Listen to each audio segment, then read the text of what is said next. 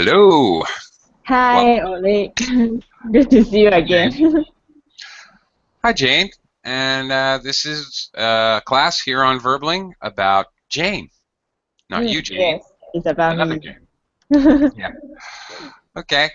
Uh, welcome, everyone. Welcome to Verbling. I'm Teacher Oakley, and it is time once again, as I often do on Saturdays, for Famous Quotes class. Okay, in this class, we look at quotes from a famous personage, and we take turns reading them, and then we all discuss them, try to interpret them. There's no wrong or right answers. Quotes are the type of thing like poetry. It's largely open to personal interpretations. So don't worry about being wrong. There is no wrong or right here. Um, just open-ended discussion. I will attempt to clarify any cultural references or idiomatic language or confusing vocabulary as we go along. Today's subject is Jane. Not Jane who's in class, but a different Jane. Jane Austen. Okay, let's talk about Jane for just a minute. Jane, do you know who Jane is? Oh, yes, I know. She is the author for Pride and Prejudice, Little Woman, and I can't recall her other books. Okay, yeah, she's definitely a famous author. Let me also welcome Max. Yo, Max. Hey. Hello. Hello. Long time no Long see. time no see. Yeah, well, Yeah. where you been? Have Happy New Year. Happy New Year. Thank you. I took a bit rest from English, Okay. but All I'm right. on the board now, and I'm gonna improve Okay. my English in this year. This is my Oh, resolution oh, for New New Year's Year. resolution. Very good. Okay, excellent, excellent New Year's resolution. Uh, Max, have To you ever double my knowledge. to double? Wow. Okay. Good luck on your mission. Hope I can help out Yeah. with that somewhat. Um, Max, have you ever read any novels by Jane Austen? Actually, no. Sorry for that. No, it's quite all right. As okay, she's well. Let's see. Let me say hello to some other folks here. Moham, hello. Hogan Oakley. Hello again. How about you? Have you ever read any Jane Austen novels? Nope. Nope. Not at all. I Okay. wish I had, because I have heard a lot about Pride and Prejudice. I was going to watch the movie, but then Mm, again, I'm not that interested in this style of movies. okay. Not writing in movies, in this style of movies, but in this style of writing, I might get interested if I have written any, if I have read any, Mm-hmm. but I Uh, haven't. I okay. think like a drama romance Right. style, yeah. Right. Okay, two for two. Let me take this over before I make a comment. Keiko, hi, Keiko. Welcome to the class. Hey, teacher. Hey, hey. Uh, Keiko, how about you? Have you ever read any Jane Austen? I have read Pride and Prejudice, teacher. You have read it. Okay, I have read. okay. And what did you think of that novel? What's your review? It is fascinating. It Okay. is a very nice novel. Okay. It describes in detail the life of a family I would not describe the book because it would be interesting to read it. Yeah. I like Yeah. that you said in great detail because, woo, you're absolutely right about that. Yeah, Jane Austen uses a lot of detail, which makes it Yeah. hard for me to plow through, frankly. But okay, Jane, back to you. Have you ever read? You mentioned a couple, Pride and Prejudice. Have you ever read any of Jane Austen's novels? I've only read Pride and Prejudice because it's compulsory in our secondary school syllabus. So every one of us must read it. Right. Okay. Uh, Me too. I mean, it was also compulsory for me to read Pride and Prejudice as well. But I, okay, here I have to make a confession. I, I found the fact it's really not my style, and I found the fact that she is so detailed, and she has, of course, that British writing style from the 1800s, which is, of course, very formal writing with tons of detail. I found it, I couldn't handle it in the time. Such slow reading. I basically just kind of cheated and read the short version, the summary version that you can buy. When I was in university. I saw the movie, but okay. Now, Jane Austen, look, guys, and Jane Austen is often, guys should try to read it, really, we should. Really, I should give it another shot. Jane Austen is, for some reason, it's the equivalent of a novel like movies that in English we would call a chick flick. Okay. Uh, um, okay. Do you know what a chick flick is? Max? Boxbuster. Moham? Go ahead, Moham. You It's know what like a box buster of box office buster. It's like when it's first out, it will be a huge pulp around it. It will be famous. It will get around a lot of money, but then it will like burn out. well, not exactly. No. A chick flick is the kind of movie like Titanic Tear, would be tearjerker. a Tear, tearjerker. Very good, yeah. Max. A tearjerker, a romantic movie, a very emotional drama. The kind of movies that guys will get bored at, but women will think it's the best movie ever. Personally, I couldn't stand Titanic. I hated that movie. All right, lots of people love that movie. Maybe you guys like that movie. I don't know, but women love that movie in general. I'm generalizing. I'm stereotyping. I realize that. But anyway, the idea that it's Jane Austen is to novels what chick flicks are to movies. Anyway, many women really enjoy these.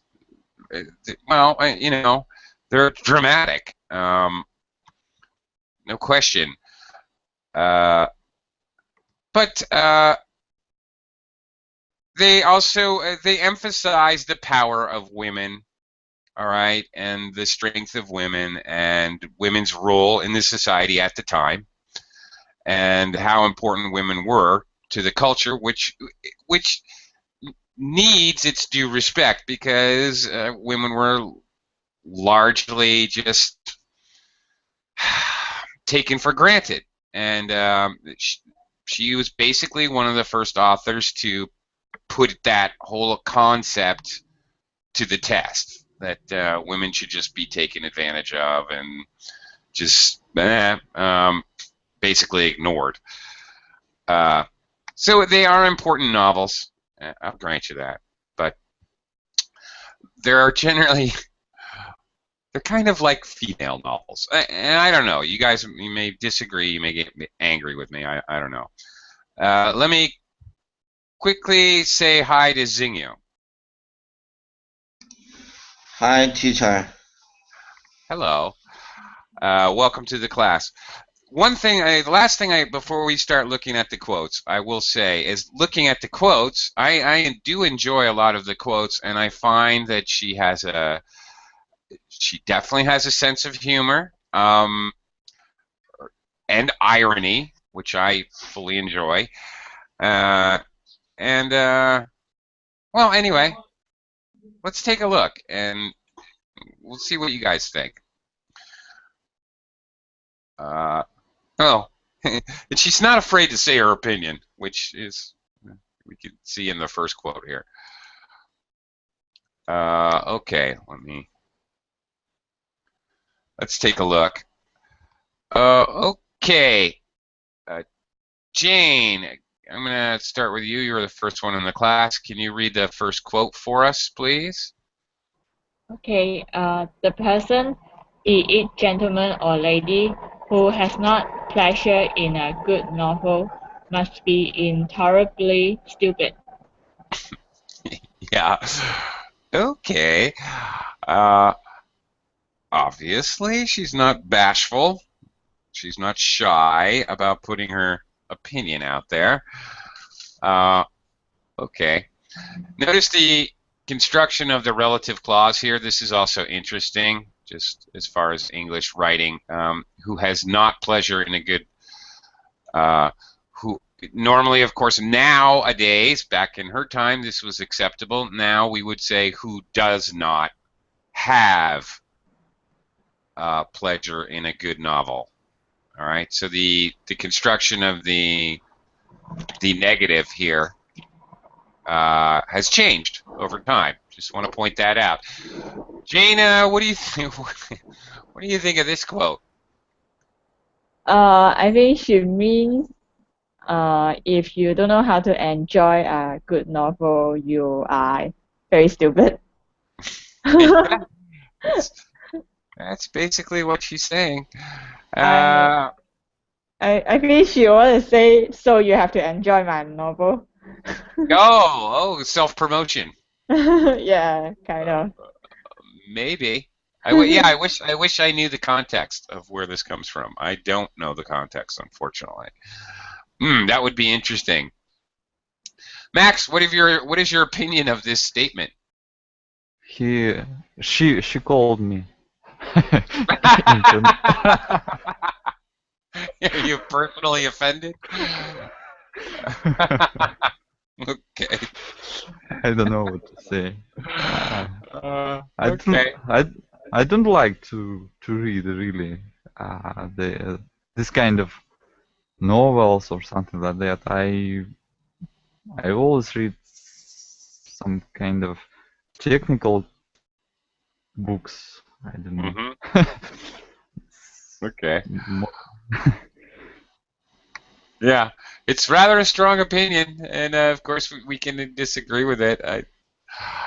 I think it's kind of just funny. I mean, how blatant she is in your face. Okay. Any Mulham or Xingyu or Keiko? This is rather direct statement. I just found it funny and wanted to share it with you. Do any of you guys have anything to say about this quote? We can go on to more. Yeah. Go ahead, Keiko. Depending on what is defined as a good novel. Yeah, well, Yeah. That's quite subjective, right? It is quite subjective. Indeed. But I think a good novel is something that makes you think, makes you experience something that you have not lived. in your life, but through the life of the characters, you can absorb something about something useful for your life. Mm-hmm. I think it is a characteristic of a good literature. Mm-hmm. I agree with you. I agree with you completely, and I would actually add to your statement. I would say a good novel is something that helps you realize something you didn't realize before, or look at your life through a new perspective. A great novel is a novel that you reread and you find new things. Every time you reread it, you find something new that you didn't see the time you read it before. And even a different perspective, or a new concept or new idea. That for me is a great novel. I have read not that many great novels, but there are some, when I return to them and reread them, oh, I didn't get this idea before. I think those are great novels. Right. I would agree with your assessment. Okay. I have a weird question. Mulham, I have a strange question for you. Maybe I'm just strange myself. Have you ever started to read a book and you finish reading it even though it's a terrible book? Yeah, Yeah. it wasn't terrible. It was like a bit boring, but it has a huge amount of information that I couldn't spare, but to like know it, learn it. I couldn't stop, so I had to read it. I think I couldn't finish it. I couldn't finish the whole book in the end. I have like just read 250 pages out of 300, so I was left with 50 pages without reading. Yeah, it was about a type of philosophy that's called, it's, I can't remember the name in English. I just know it in my native language. It's about yeah, it's a type like of philosophy. Interesting. Like, Okay. yeah, it's not idealistic. It's something else. I'll just check it out and report back. Okay. Right. I'm a little weird. I'll force myself to plow through a boring or a stupid book just so I know what a stupid book is, so I know how not to write. But okay, Moam, I can relate to that. A couple just informational texts. If it's a novel, I'll finish it no matter what. I don't know why. Is it just my bullheadedness? I'm not sure why, but I'll continue it no matter what. If it's informational, I can actually relate to exactly what you're saying. There's been a couple informational books that I just had to put down. Never mind. Okay. Let's go on to some more philosophical. Take a little brain power here. All right. I'm kind of jumping around the class today. I hope you don't mind. Zingyu, can you read this next quote? Selfishness must always be forgiven, you know, because there is no hope of a cure. Aha. Okay. And what do you think about that? First of all, do you understand what do you think you understand what she's trying to say, and what do you think about it? And she want to say everybody should not be selfish. Uh, We should be generous. We should be take care of the other person. okay. I'm not. All right. I'm not. Well, she might be intimating that, suggesting that in a sort of backhanded way. Keiko, what do you think of this one? Do you agree? Disagree? Strongly agree. I think I the agree. first. Okay. Keiko, go ahead. I think the first clause is a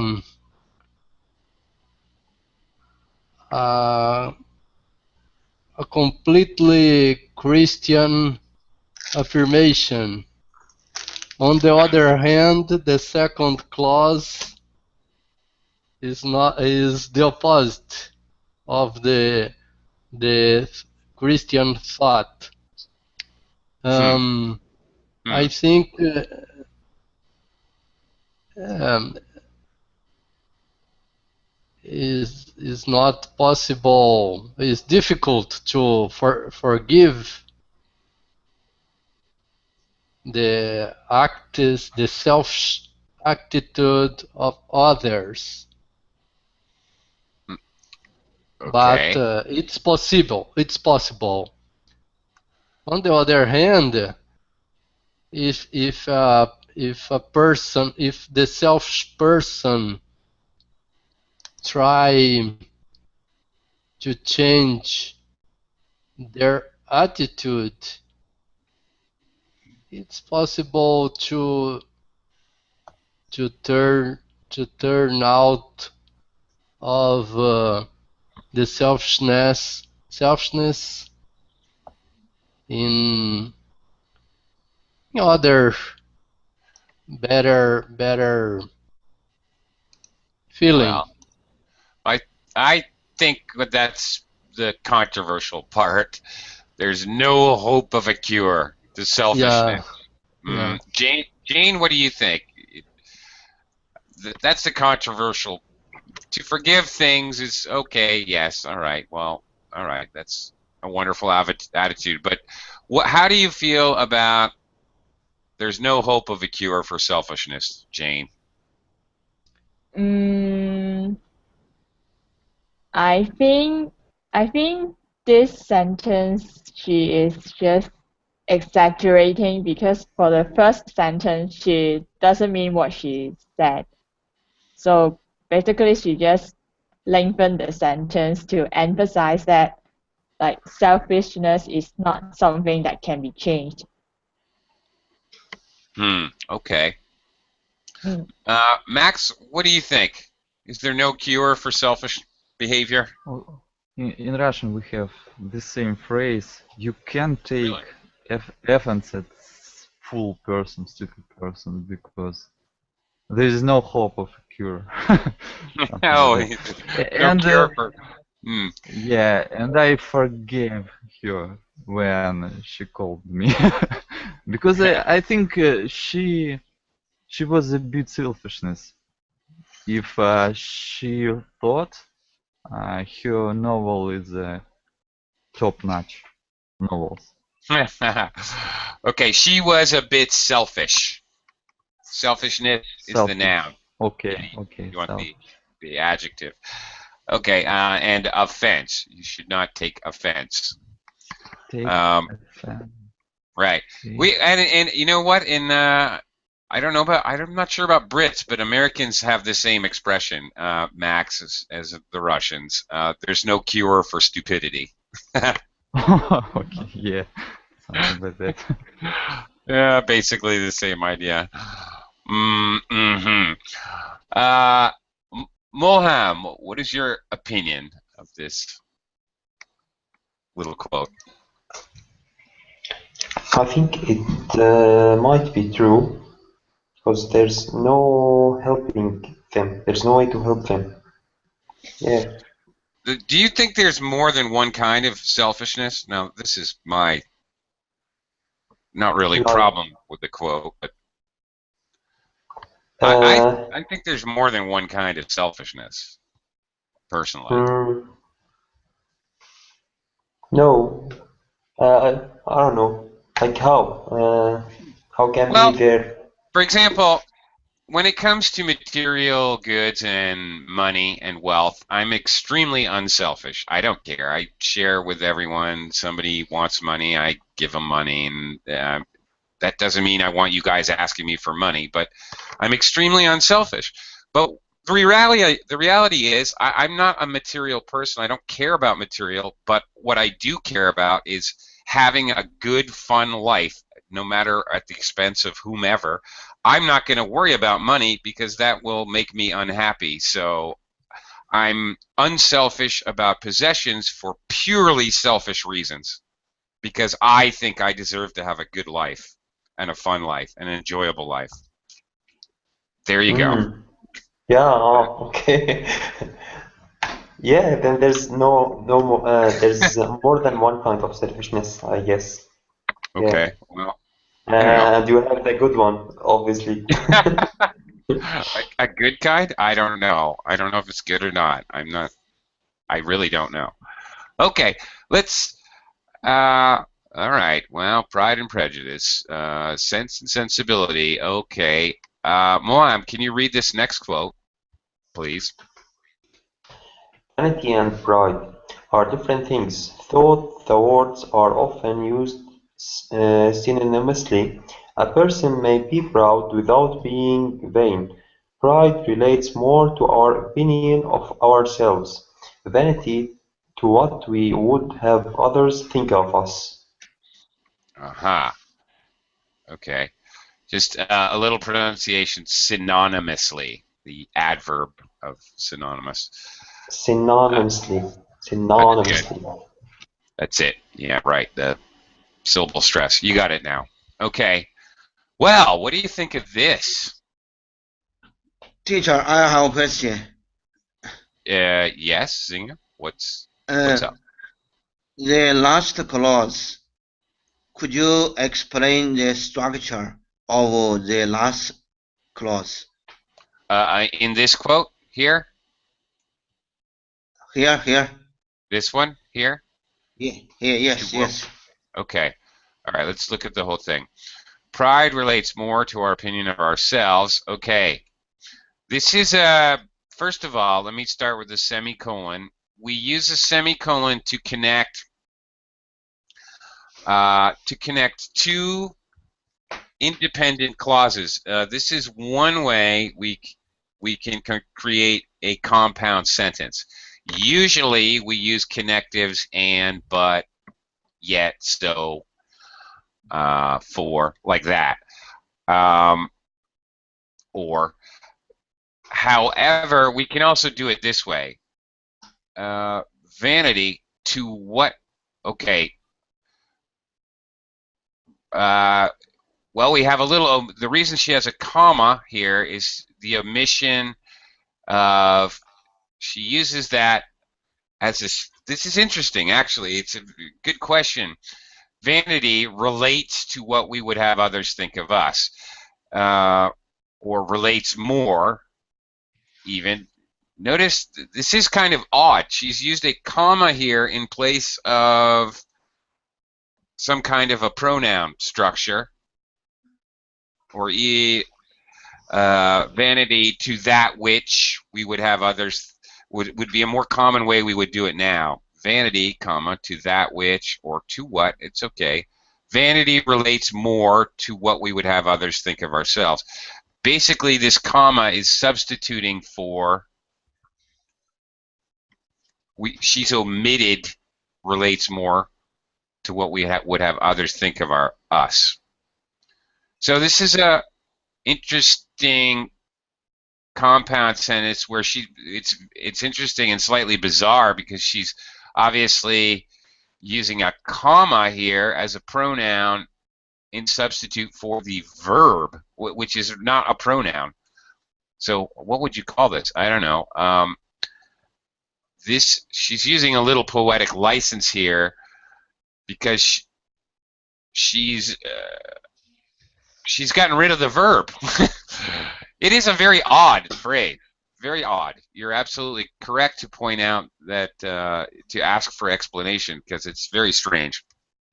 You should never do this. You are not Jane Austen. You are not a famous novelist. So don't do this.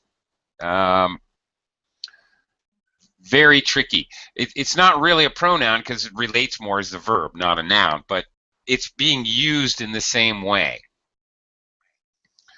So it's interesting.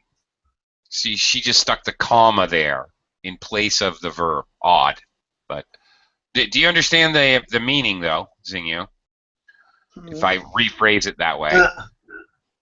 I guess I only understand the main idea. Well, that's it. Pride relates to our opinion of ourselves, while vanity, on the other hand, relates to what we would like others to think about us. Okay. All right. Well, anyway. Okay. Mulham. What do you think of this?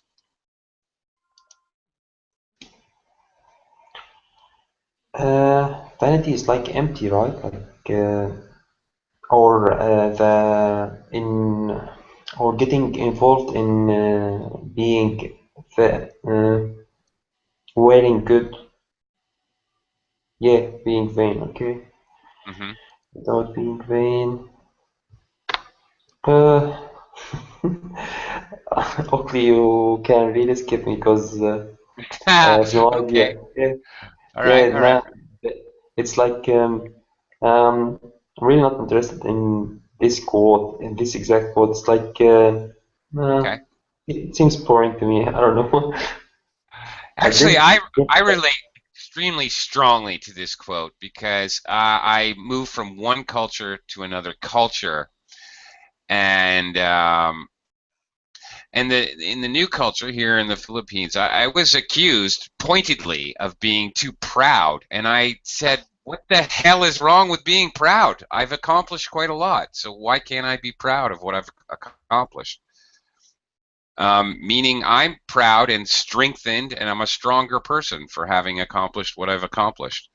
But I don't consider myself as vain. I don't run around telling people what my accomplishments are. I never tell people unless they ask me. So, or I try not to. I try not to be vain, but I don't have any problem with being proud. I don't see what the problem is. Because I exactly believe exactly as she does. I had never seen this quote before I fully embraced this concept. But maybe I'm wrong. I don't know. Uh, Max, any thoughts here about this? Is there a difference between pride and vanity? Does it make any difference? It's a bit hard for understanding. Just for clarify a bit, vanity. It's when I want people know about my, I don't know, something Yeah. best side Okay. of, but that's right, yeah. Right. Right. For first of Okay, all, for clarification, you need the noun. for For clarification, clarification. yeah, Okay. vanity is when you care deeply about what other people think about you, and you want them to look at you in a positive Actually, I light, agree with this positive Jane way. Austen. I agree with this Jane Austen. It's Okay. a person may be proud without being vain, as as she said. I think basically she's saying pride is a good thing, vanity's not a good thing.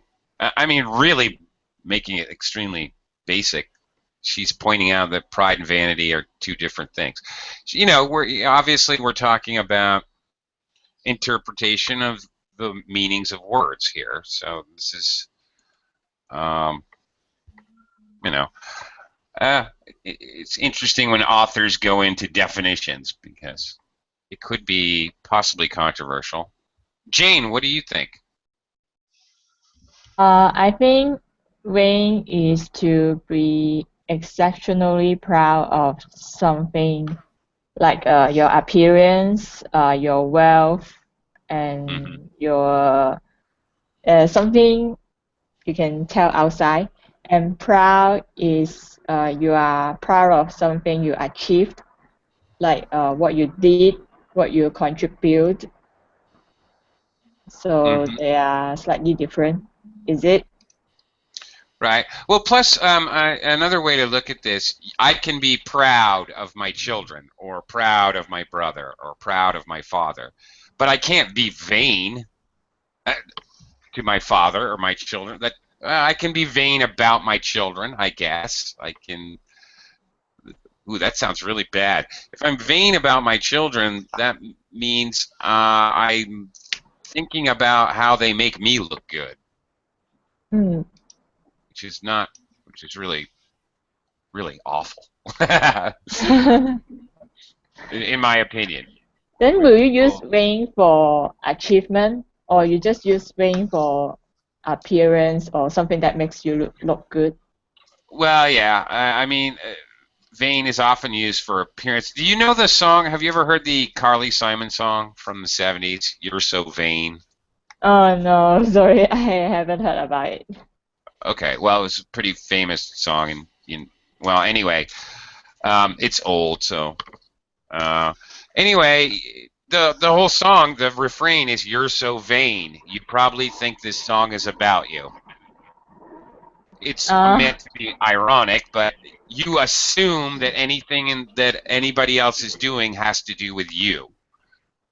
You automatically assume that other people's actions is because of you. You're the center of the universe. That's the idea of being vain. You think everything that everybody does is done in relative to you. You don't. The concept that other people have their own lives is foreign to you.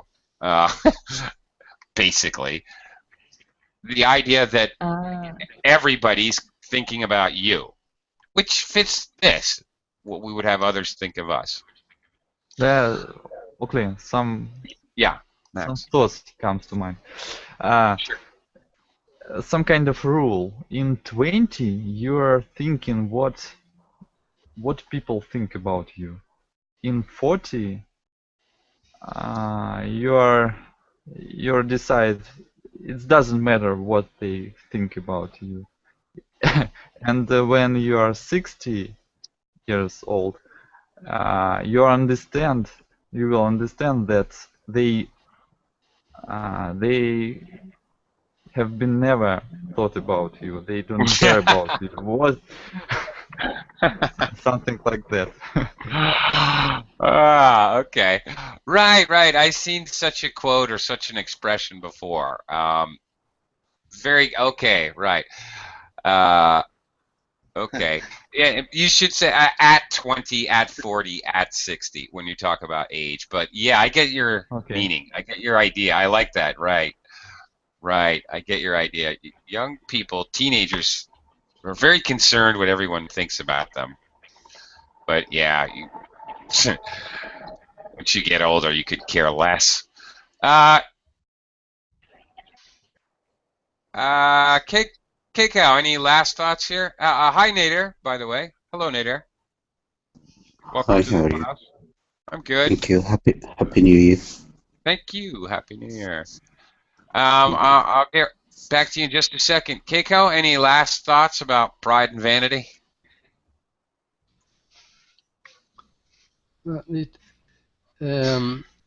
This quotation seems to me that I am pride when I have myself in high concept. Maybe if I consider myself superior to someone else, I am feeling proud. Or if I achieve a high, a good, nice result in a project, for example, I am proud of myself. And if someone else butter me up, eh, um, I would be vain. vanity is related to others' opinion in this meaning, as I understand this quotation. Okay. All right. Well, hopefully, well, okay, could be. Hopefully, I think that she's right. I agree that a person may be proud without necessarily being vain. I don't think one means the other automatically. I think maybe that's the key phrase here. I don't think it's necessary. You can be proud of yourself without being boastful and vain. I don't know. Okay.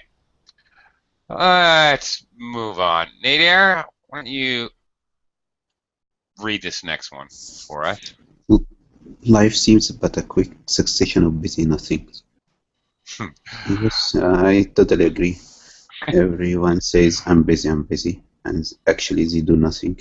And if you look at if you look at your life, you know that you achieved nothing, you did nothing, and you were busy all the time.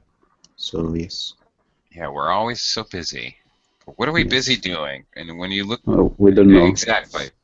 Good point. When you look back, it's like, wow, why was I so stressed out? What was I stressing about? Crazy. Busy, stressful nothings. I might even throw busy, stressful. I might throw another adjective into the mix there. Yeah. Xingyu, stressful doing meaningless. Yeah. Xingyu, what do you think of that?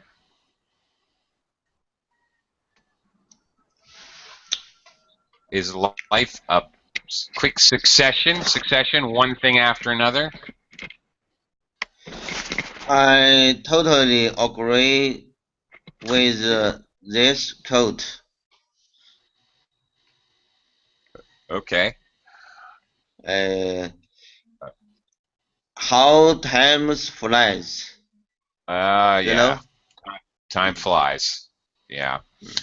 Okay, and another famous time flies. Okay, sometimes time flies.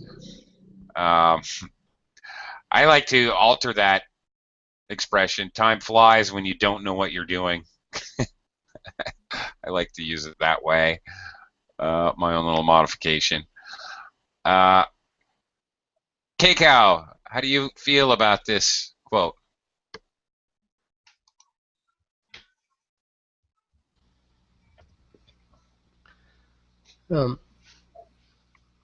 I think in the time of in the Jane Austen Eve, life was harder than to most of the people today, nowadays. And being that, I think she worked a lot. She have not children, her own children. She took care of her son's children. She worked a lot. She wrote a lot, and I think she have not much amusement. And then to her, the life seems to be not more than no more than a succession of busy things. Right. Okay. Yeah. Sometimes it's important to look at the context. Who's talking? When are they talking? Okay. Okay. Just a couple little corrections in English. It was more difficult than you said than to most of the people. It was more difficult to most of the people. Should be there. It was more difficult for most of the people. Okay, teacher. Thank you. Than it is nowadays. And also, past simple. She didn't have much amusement. I don't remember what I think you I said said. she had. Somehow you twisted it to she had not much amusement or something like that. But we should use didn't. Okay. Okay, teacher. Okay. All right. Thank All you. right. You're welcome. Okay. Yeah, it's important to look at context. Yeah, the word I was trying to think of when we were talking about pride and vanity, I couldn't think of, is semantics. We're arguing semantics, the interpretation of the meaning of a word or a phrase or a paragraph even. When you argue semantics, it's kind of pointless. It's fun, but you're arguing about something that's interpreted. It's like arguing, what is the color red? Well, you may think it's a lighter, pinker color. I may think it's brick red, and Xinyu might think it's fire engine red. It's kind of pointless to argue it. But anyway, interesting. Can be interesting. Jane, is your life but a quick succession of busy nothings? Or do you disagree with that? Sorry, I want to clarify about this sentence. Does it mean that she would say the person's life is always busy, but since she's busy for nothing? I think so. Basically, I think. But of course, again, open to interpretation. Oh, okay. I don't think my life is busy for nothing. Like, I have a goal to achieve, and I want to do well in my job. So every day when I start working, I feel motivated. So I never feel that I'm busy for nothing. Okay. Well, that's good. I'm glad to hear that. Seems more meaningful life.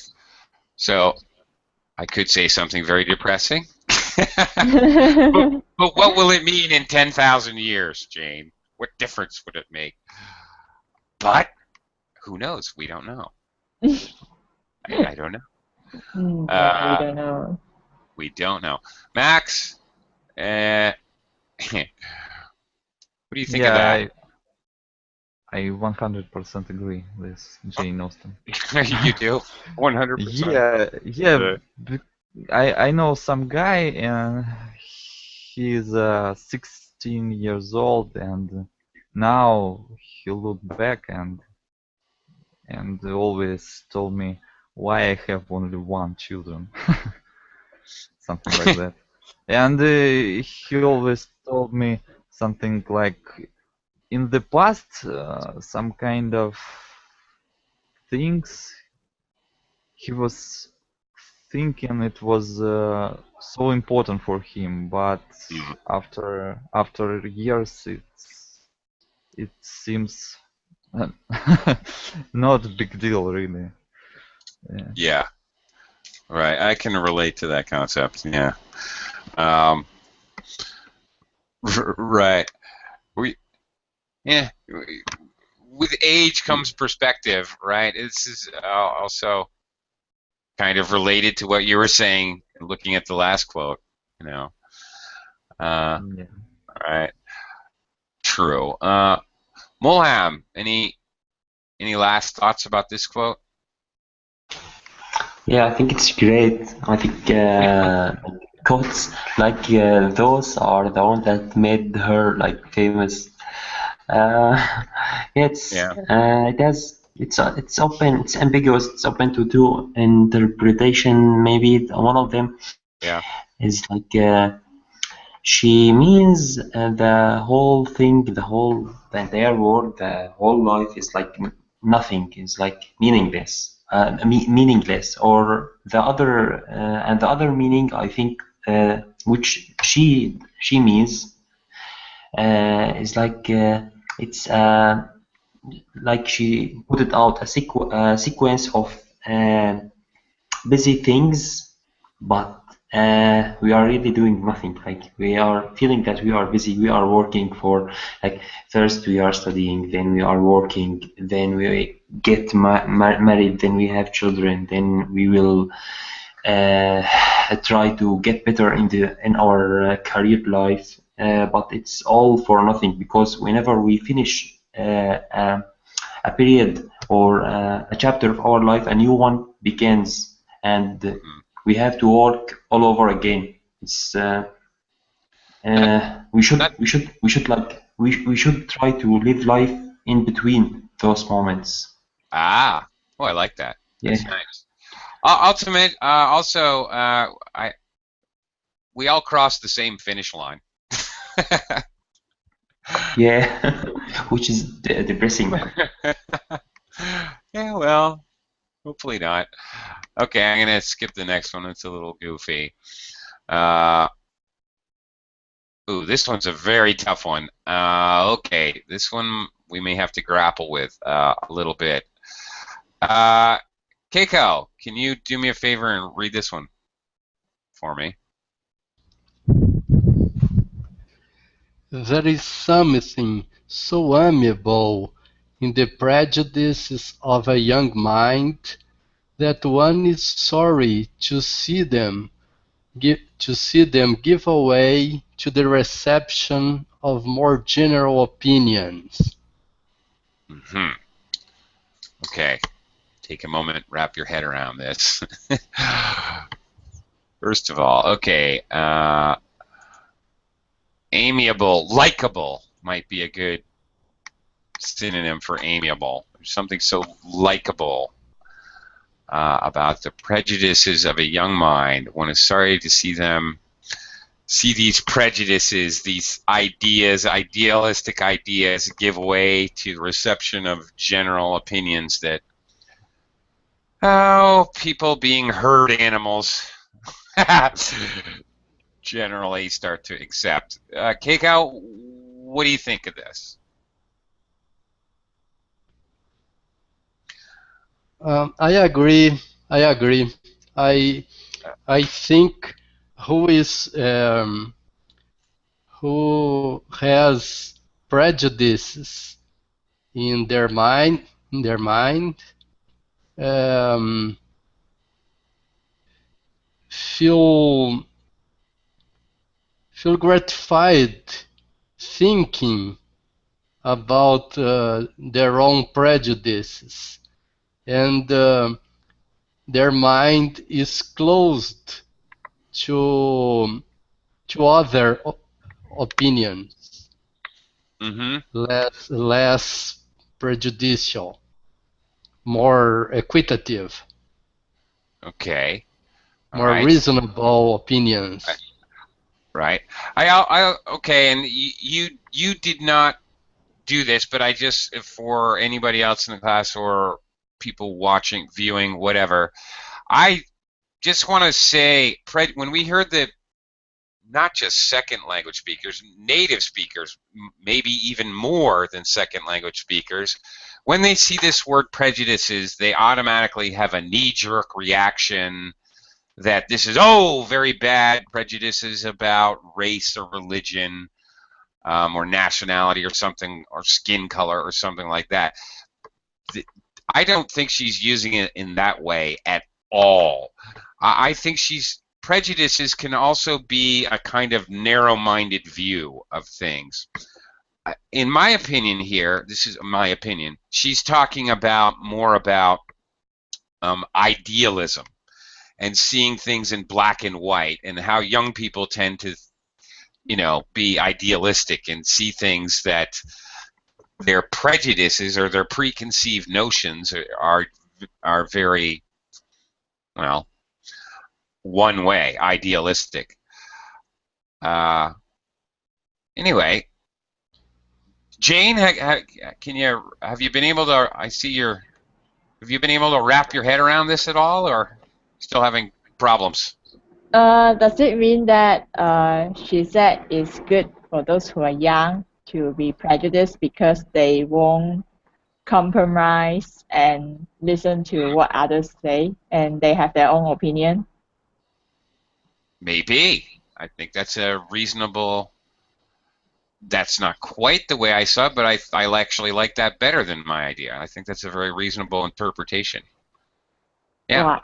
it's quite hard to understand this quote. Mm-hmm. Yes, it is. We've only got a couple minutes left. Anybody else? Max, Mom, Nader, Zingu, or Keiko? You got anything else to add? You guys have anything to add to this one? This is you're right. It is hard to understand and can be interpreted multiple ways. Again, Jane being ambiguous. Are good authors always ambiguous? There's a loaded question. Nader, to be a good author, does it mean you should be ambiguous and open to interpretation? I guess to be a good author, you should have a different mentality. So one with different mentality may be ambiguous to us. Because if you do not understand, if he is normal, if he's one of the herd, he will be very understood. Right. Okay. Good point. Good way to look at it. Okay. All right. Is young people's thinking an admirable thing, really? No. Should we look at them as just a bunch of boneheads until they grow up, or is it admirable to be idealistic and, I don't know, unopen to other ideas? I don't know. Keeps society evolving, in my opinion. I think it's a good thing. Keeps society evolving, kind of. I really am depressed when cultures take their children and tell them, oh, we're going to give you 1,000 tests. You're going to study for 14 hours a day. We're not going to let you actually think on your own. You're just going to learn all this material in these books. I find that immensely depressing for this very reason.